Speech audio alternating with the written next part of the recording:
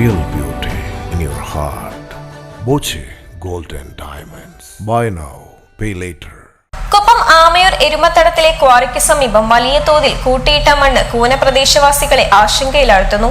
കനത്ത മഴയിൽ മണ്ണ് കുത്തിയൊലിച്ച് വീടുകളിലേക്ക് എത്തിത്തുടങ്ങിയതോടെയാണ് ആശങ്ക ഉയർന്നിരിക്കുന്നത്. ഇതിന് അടിയന്തര പരിഹാരം കാണണമെന്നാണ് ആവശ്യം.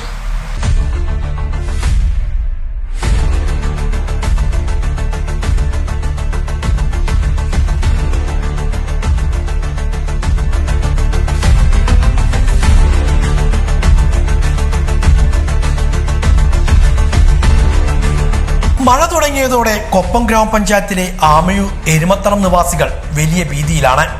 വയനാട്ടിലെ കള്ളാടി ദുരന്തത്തിന്റെ മറ്റൊരു നേർക്കാഴ്ച കൂടിയാണ് എരുമത്തടം നിവാസികൾക്ക് മുന്നിലുള്ളത്. എരുമത്തടം പ്രദേശത്തെ കുന്നിനു മുകളിൽ പ്രവർത്തിക്കുന്ന കോറിയും ഇവിടെ കൂട്ടിയിട്ട ടൺ കണക്കിന് മൺകൂനയുമാണ് ഇവിടത്തുകാരുടെ സ്വൈരജീവിതത്തെ ഇപ്പോൾ ബാധിച്ചിരിക്കുന്നത്. മഴ തുടങ്ങിയതോടെ കൂട്ടിയിട്ട മണ്ണ് കുത്തിയൊലിച്ച് താഴ്വാരത്തെ വീടുകളിലേക്ക് എത്തിക്കൊണ്ടിരിക്കുകയാണ്. ഈ ആശങ്കയിലാണ് ഇവിടത്തുകാർ.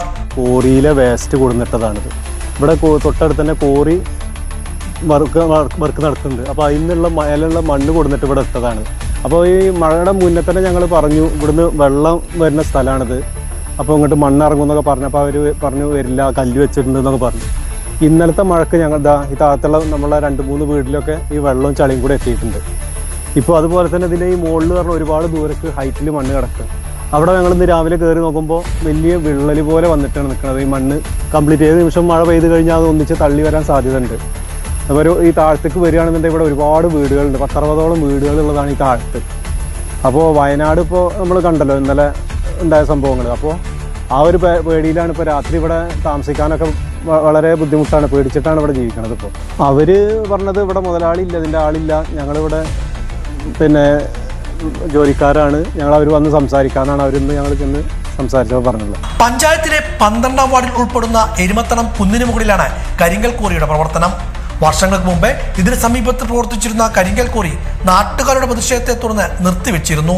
ഇതിന് സമീപത്താണ് 6 മാസങ്ങൾക്ക് മുമ്പ് എല്ലാവിധ അനുമതിയോടെയും കൂടി മറ്റൊരു കരിങ്കൽ കോറി കൂടി പ്രവർത്തനം ആരംഭിച്ചിരിക്കുന്നത്.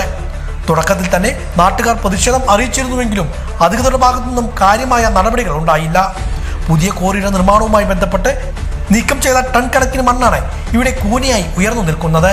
ഇത് ഇവിടെ നിന്നും നീക്കം ചെയ്യണമെന്ന് ആവശ്യപ്പെട്ടെങ്കിലും ബന്ധപ്പെട്ടവരുടെ ഭാഗത്തു നിന്നും നടപടി ഉണ്ടായില്ലെന്നാണ് നാട്ടുകാരുടെ ആക്ഷേപം.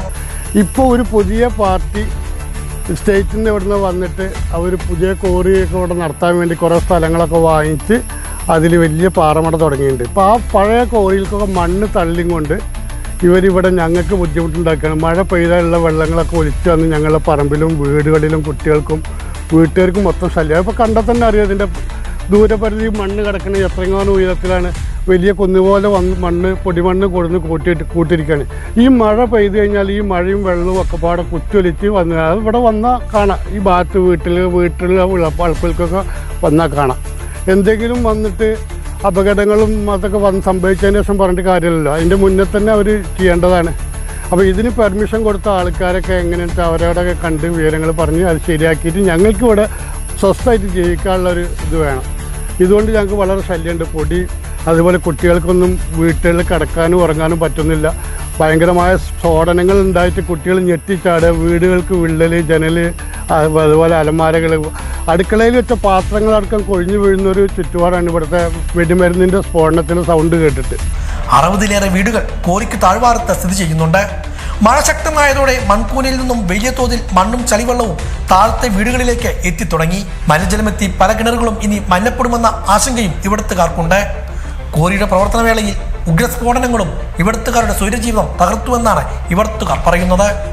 അതായത് ഈ അടുത്താണ് ഇവിടെ കോറിൻ്റെ പ്രവർത്തനം തുടങ്ങിയത്.